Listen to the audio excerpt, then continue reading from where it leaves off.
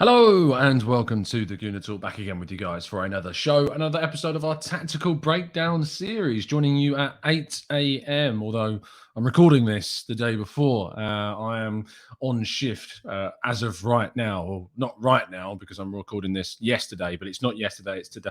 It's confusing. But I'm recording this the day before you're watching this because, as I say, I am on shift, and so therefore I can't produce any content for you live at 8 a.m., which is a shame, but dream job scenario. I can't really turn that down. But I hope you're doing good. Hope you're doing well. I'm doing this as a premiere. So those that are chatting away in the chat box, you can still chat away, but I don't know what you're chatting away about because I'm not there. Don't snake me. I can see you. Vinny Eagle, I know it's you. I have a feeling.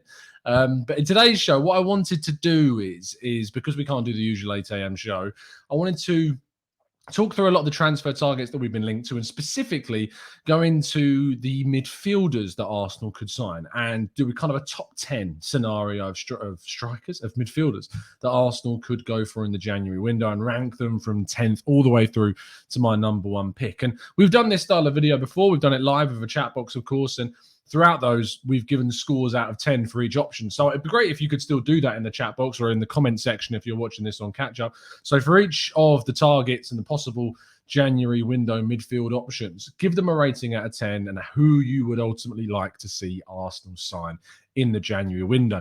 To make this obvious of how I've picked these 10, these are players that have been linked with the club in the last 6 months. Realistic signings, considering their availability and financial accessibility. So whether they're affordable, whether they're gettable, and of course, whether or not the team would actually move them on if they were put forward a bid that they'd be willing to accept. And these are ranked based on my personal opinion on the player's quality, versatility, injury record, and price. So that's kind of where I've gone for my top 10.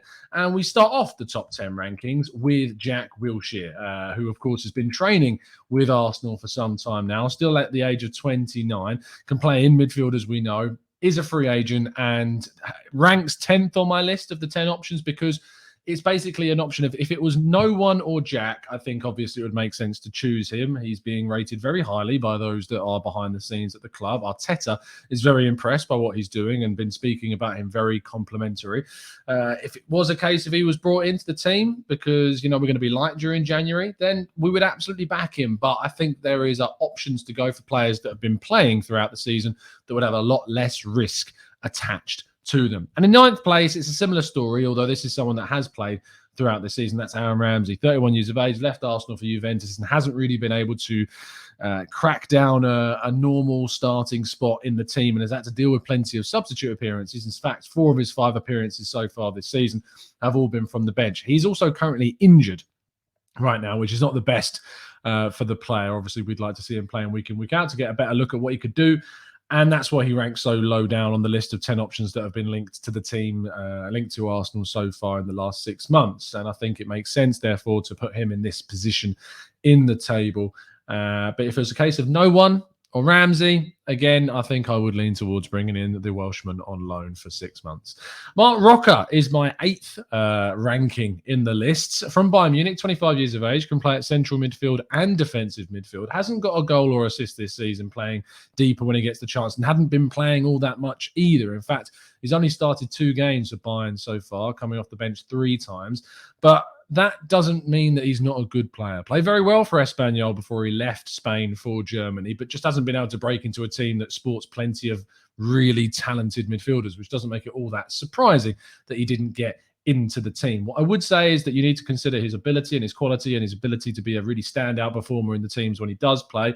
Less so at Bayern for obvious reasons, but he was brilliant at Espanyol and could be available for a loan that may entertain Bayern Munich if they were willing to let him leave, and could be a real asset to the side. If you can add an option to that deal, could be even better for the club. Moving into 7th, we've got Denis Zakaria, who could be available as little as £6 million, according to the Mirror. He's a player that we know is out of contract at the end of the season, has been linked to Arsenal in the past, and is highly rated. We've done a tactical breakdown on him, which you can watch because it's going to be right above the screen here, where I chatted to Oliver Zeziger about Denis Zakaria, and he rates him very highly. He feels like he's developing and moving forwards, and he's actually adding more goals and assists to his game, and he has scored this season twice and 1 assist to his name also of the 15 appearances that he's made. But he still ranks as 7th in my list because I think there are better options that Arsenal could go for even if they will cost a little bit more. Speaking of which, in 6th place, we've got Renato Sanches. Yes, those that are long-time listeners of the show will not be surprised to see Renato Sanches rank quite far down my list of 10. The injury record, I just can't get over. Missing 69 matches at the age of 24 is just too many. However, he has got a lot of talent and a lot of quality, and is a player that, if he was able to stay fit, would be an absolute asset to whoever he played for. The problem is the fee associated with a player that's got this much risk of injury is just too much for me. But he does rank above those other options that I've mentioned. £25.6 million, according to French outlet Telefoot, is what he would cost.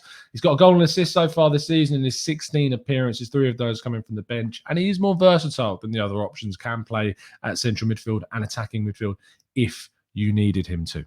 In 5th place, we've got Artemi from Juventus, previously of Barcelona. Another 25-year-old, can play in central midfield, but not really playing all that often for Juventus since leaving for Barcelona. In fact, he's been kind of taken over by Manuel Locatelli and Bentancur, who have really taken, Andrea Rabiot as well, have really taken hold of that Juventus midfield under Massimiliano Allegri.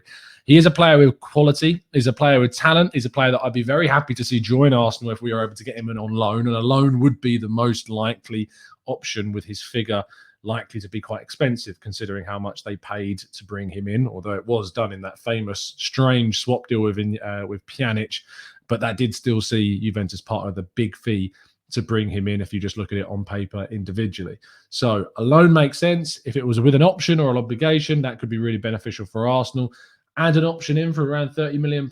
If he has a good loan, maybe he's one that you could look to bring in, and he wouldn't break up kind of the age profile at 25. Still got plenty of years ahead of him, and he's a very quality player that can play in central midfield, but can also play in a more offensive style and in a more defensive style. Really good at passing, really good dribbler, technical ability is really high too, and would be a good option. So that's Artemi. In 4th place, we've got Genie Wijnaldum of PSG, was linked with a move to Arsenal not so long ago, despite starting quite strongly at PSG. In fact, he's got 3 goals and 1 assist in his 22 appearances. There has been rumours that he's unsettled and that he would be open to a move if it guaranteed him more game time, and I think a move to Arsenal would certainly do that. He often provides plenty of attacking influence to the sides that he plays for, less so defensively, which could maybe say put you off if you wanted a replacement for a Partey or for a Xhaka to come into that defensive-minded midfield position, but it could allow Arsenal to be more expressive in that area of the field. And he's at 31 on a 6-month loan deal, would add plenty of quality, experience and talent to the Arsenal team, as well as leadership after his great performances in the Euros this summer too. If you said that we were getting Wijnaldum on loan for 6 months, I would be very, very happy with that.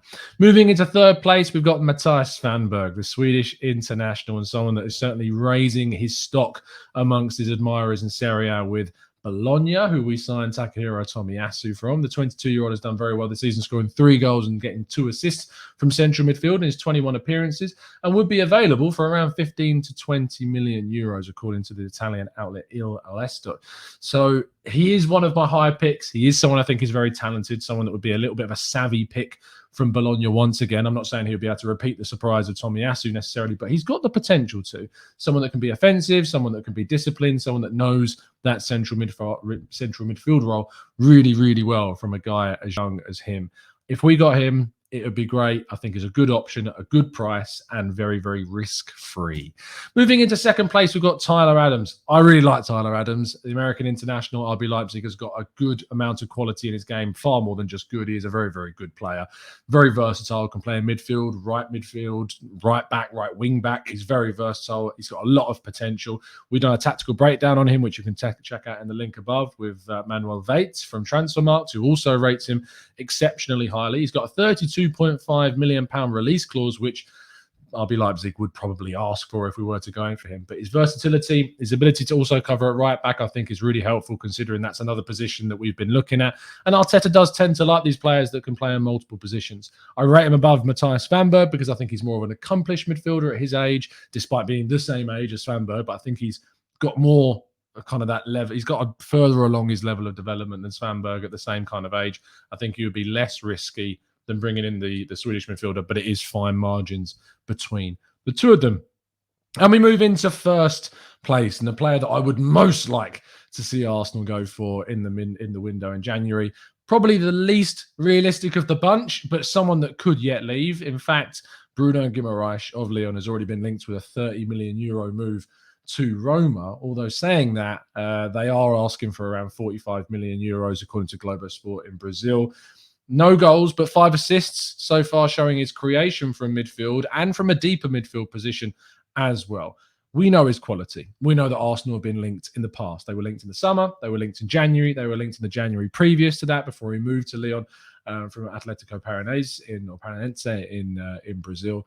He's a brilliant player at 24. I feel like he could be one of the best on the continent if he was to move again to take that next kind of step up in his career. He's a very, very impressive player. I think he's someone that would add a lot to the Arsenal's team, and I think he's someone that, if we have the intention of adding a real quality midfield to the side, we should definitely be looking to spend what Lyon want to bring him into the team. And that's my list of 10 players. I hope you've enjoyed a briefer 8 a.m. show. But again, this is a pre-recording. Apologies that I couldn't do the normal show, but I am working. But I hope you've enjoyed it. Do drop a like on the video and subscribe. And do leave a comment down below as to who out of the 10 you would most like to see Arsenal sign in the upcoming January window. And then let me know which position you would like me to focus on next for our next top 10 Arsenal transfer target show. It's been an absolute pleasure to speak to you guys, as it always is. And as always, up the Arsenal.